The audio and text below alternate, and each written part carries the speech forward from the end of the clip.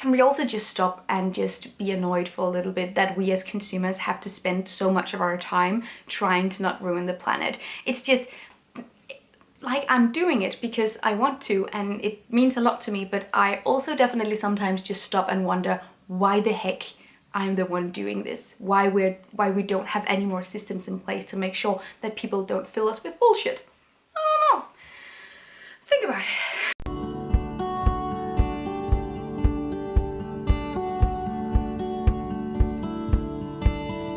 Hello everybody and welcome back to my channel. My name is Gita Marie and today I want to talk about how to recognize sustainable products, how to make eco decisions, how to be sure if a product is as sustainable as they are claiming to be. This is going to be a part of my greenwashing series. I have a series where I react to different types of greenwashing, so if you're interested in that sort of stuff, I'll leave some links down below for you to check out.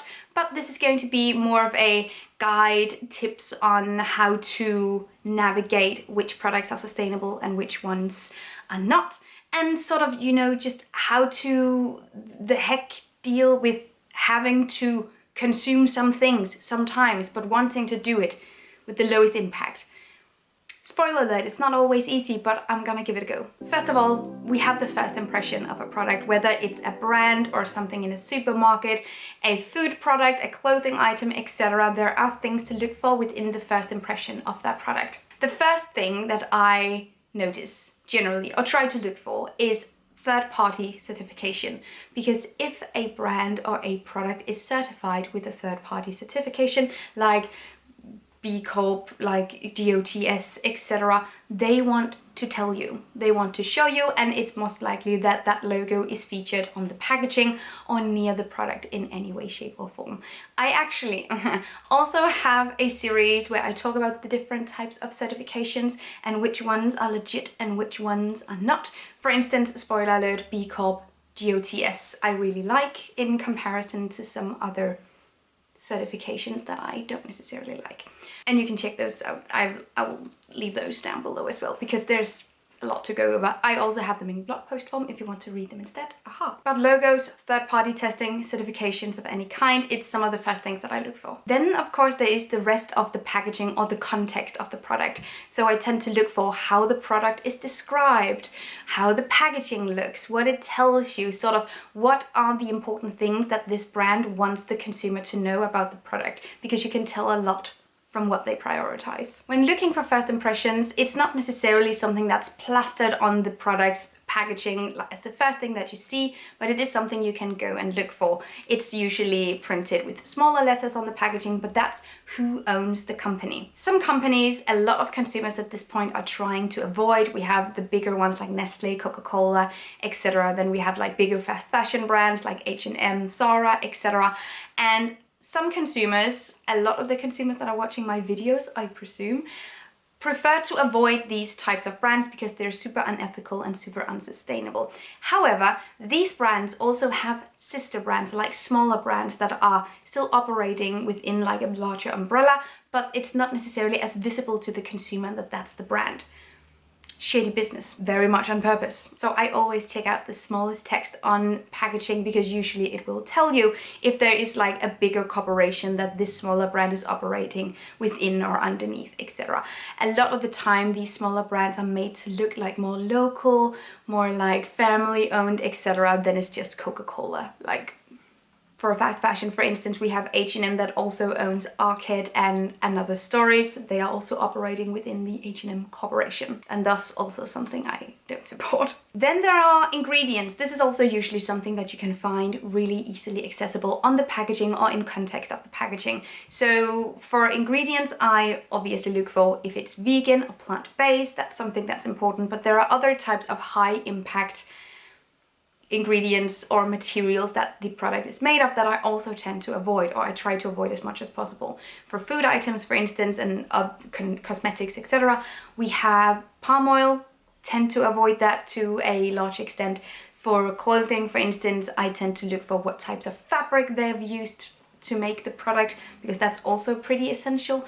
I also have a video about the most sustainable and most unsustainable materials, but overall I tend to go for recycled cotton, organic cotton, hemp, linen, etc., and tend to avoid things like polyester and conventional cotton, especially when buying from new. Another thing that you can tell usually right away is what the packaging of the product is made of. That's also something that is factoring in my decision making whether or not I'm buying a product. So is the packaging telling you anything about itself? So could it, for instance, tell you that it is recyclable, that it is made from recycled material? Big pet peeve of mine is when packaging is telling you that please recycle me, I'm recyclable, but then it's not actually made from recycled materials itself. Then it just feels a little cheap. Then you as a company is just putting all the responsibility for recycling on the consumer and not actually participating in that yourself. And I feel like that's just a little bit of a cheap get out. But sometimes you cannot actually tell the entire impact of a product based only on your first impressions. This goes especially not only for specific products, but also for brands and corporations in general. If you want to find out whether or not they're legit, it can be beneficial to do a little bit of research. Today, it's more difficult and more expensive to produce sustainable products in contrast to unsustainable products. That's because producing less of something is actually more expensive. It requires innovation in terms of different places in the supply chain. Producing sustainable products also means using unconventional materials or materials that aren't necessarily prevalent within that particular industry. That's also going to be more expensive. And then of course you have fair wages, which is also something that makes it more expensive. This means generally that brands and corporations and businesses that are making actual sustainable products are putting a lot of money into that production that they cannot take out as profit for themselves. And that usually means that they want to tell you that they're doing this. So if you have to dig for a really, really, really long time to find small specks of sustainability, it's probably not amazing. If a brand is leading innovation in terms of sustainability within their particular field, they want to show you. And of course, this makes stuff like greenwashing incredibly annoying because that's just a lot of warm air that's not leading anywhere, but they also really want to tell you how great and amazing they're doing. So that's generally pretty unhelpful. That means that when you try to find out if a brand is being sustainable or not, look for proof. Actual, non-vague proof. Do they have any sort of evidence to back up the claims they're making? Usually I will also just do a quick internet search to find out if they've been involved with any shady business. I can also sometimes check out if they have any ratings or recommendations on eco platforms. For instance, you have Good On You, that sort of tells you if certain fashion brands in particular are being sustainable or not, if they're vegan friendly, animal friendly, planet friendly. I think they have some different parameters for sustainability. It's not a 100% guarantee, but it can provide you with some context so you're not just sitting there alone with a lot of greenwashing and a lot of claims and not really any way to navigate it. See if other people have recommended them or reviewed them in any way. You can also check if they're involved in some of my greenwashing videos, because that can also sometimes be a pretty good indicator that something is shady. Again, checking for reviews might not be a 100% guarantee, but it's a vibe check. You can do a vibe check. When talking about things that are not proof, things that are not evidence, claims that are just vague, there are a couple of things to look after that I think we should be mindful of. Every single big polluting industry has a sustainability folder on their website that will tell you all the ways where they are actually really helping the planet. So simply just looking on a website and going, oh, they have a sustainability page, might not actually be enough. We need to do a little bit more digging. Anyway, some companies think that a sustainability page where you know all the right words is enough. Words like zero waste, low impact, sustainability, carbon neutral, carbon negative. If their sustainability efforts only include vague pledges and descriptions like we care about our carbon footprint or let's take better care of the planet together, and that's the only thing you can find, I would run away screaming. There would be a Gitty Mary shaped hole in the metaphorical wall. Other things to look out for in terms of packaging: if the packaging is super green or like brownish beiges, like natural looking, but there is no text description information about sustainability initiatives, also run away screaming. That's just greenwashing. in its purest form. Remember that words like eco or green or natural or sustainable doesn't mean anything by themselves. And sadly, over the course of these last few decades, so many companies have been using them and watered them down so that they don't really mean anything anymore. And there's not really any regulation in place to make sure that people that are using these words are doing something. So everybody can use them without proving or doing anything differently. And that's just important to be mindful of if the way they are describing their sustainability initiatives is just by going, we are all green. That means nothing unless you explain how. If the only sustainability initiative or action performed by a brand is that they promise to plant a tree with every purchase, remind yourself that they are not actually doing anything. They're probably outsourcing a tree planting operation to a third party, but that is no guarantee of trees actually being planted. I have an impact video about carbon offsetting and tree planting operations and how untransparent they can be. Not always, but it's not a guarantee that everything is just... It's important to remember that then they are not actually doing anything. They're just saying that they are promising that they want to get someone else to do something if you buy from them. They are not changing anything themselves. And it's just really important to remember because it always sounds so great, and if you're an optimist like me, you want to believe the best, but girl run. The carbon offsetting industry is shady. What is actual proof then? If you want like actual evidence, concrete action, and not just fancy words, these are some of the green flags to look out for. Do they, as you are required to in math, show your work? Are they publishing impact reports, statistics? Are they showing in any way what they're doing? Are they sharing milestones and progress? Are they showing how they started out and how everything is going? Are they keeping consumers and visitors updated on their sustainability initiatives? A lot of fast fashion brands, for instance, will tell you that they want to, for instance, phase out conventional cotton by 2025.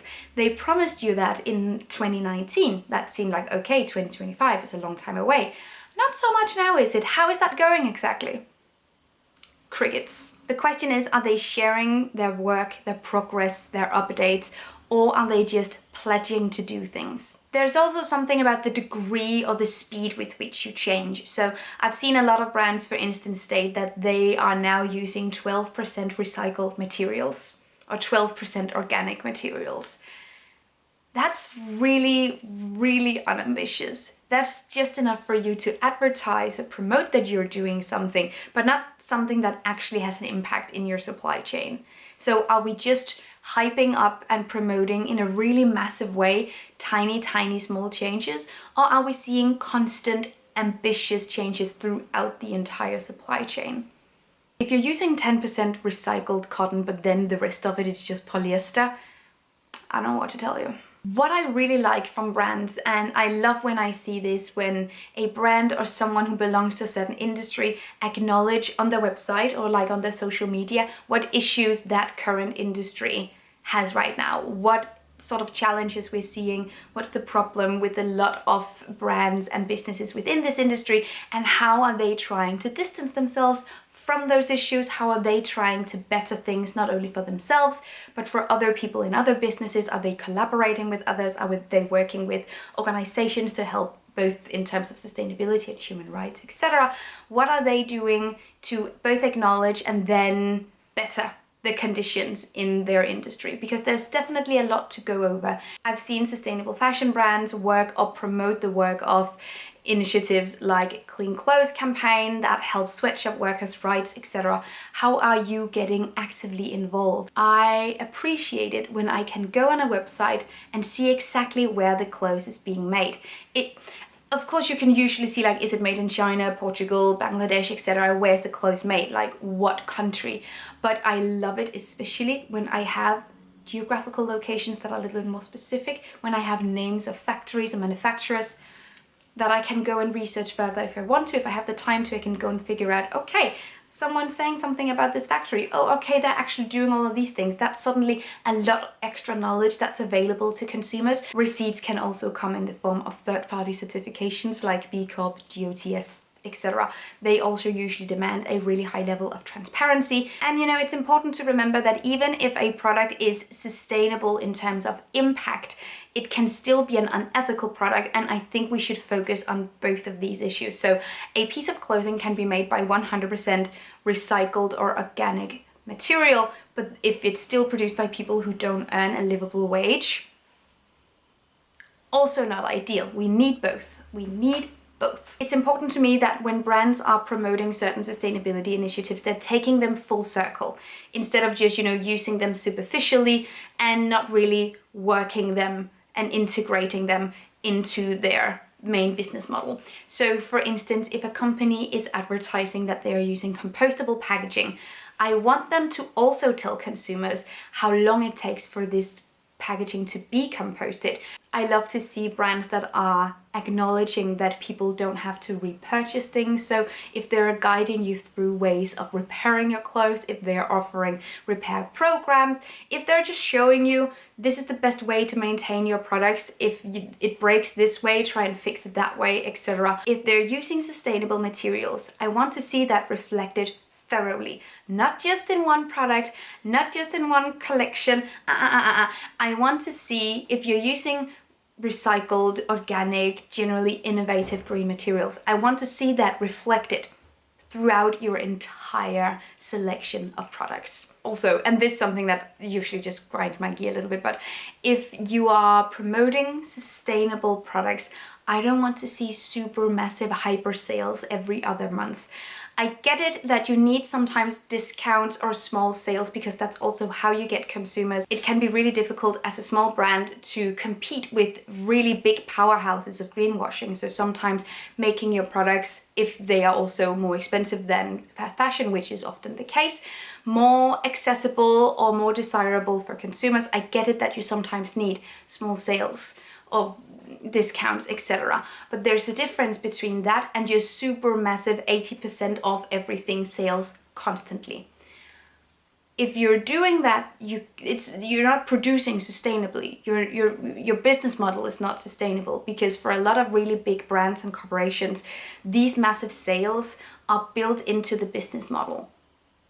And that's not sustainable. In a similar fashion, I don't think you can call yourself a sustainable business if you have an influx of new products every day, every week, etc. We see this with a lot of brands that are trying to be sustainable or trying to promote and advertise themselves as sustainable, that in reality are just posting and upgrading new products on their websites every single day or every week, etc. That's overproduction, that's over-consuming, and that's not a sustainable business model. So you can use as many fancy words and green packaging as you want, but if you're not producing your product sustainably, it means nothing. Also, whenever I try to determine whether or not a product is sustainable, I ask these 3 questions. First of all, what is this product or brand promising me?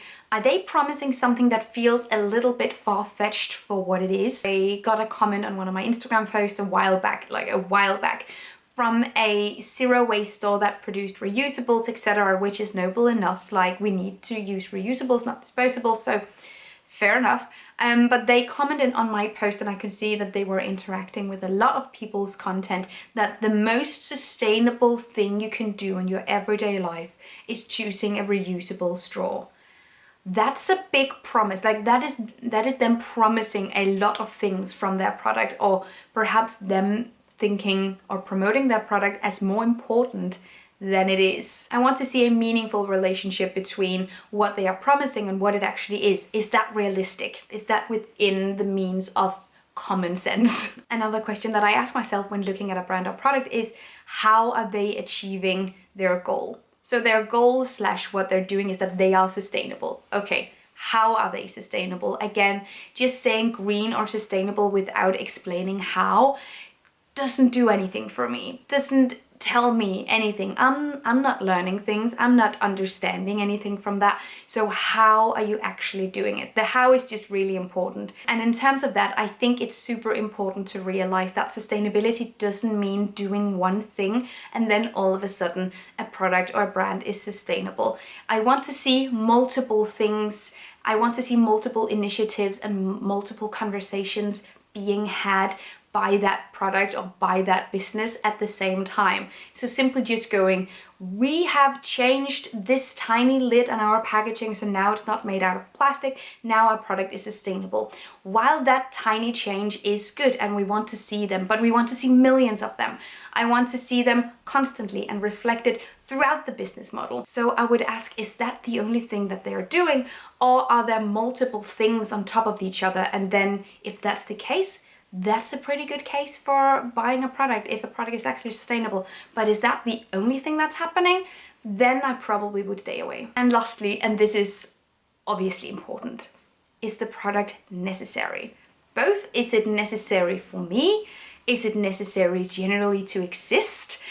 But mostly, is it necessary for me? We have different things that we need, we have different behaviors, and we have different needs. So I always ask myself if this product is necessary for me. Do I have use for it? Can I substitute it with something I already own? That's the core of conscious consuming.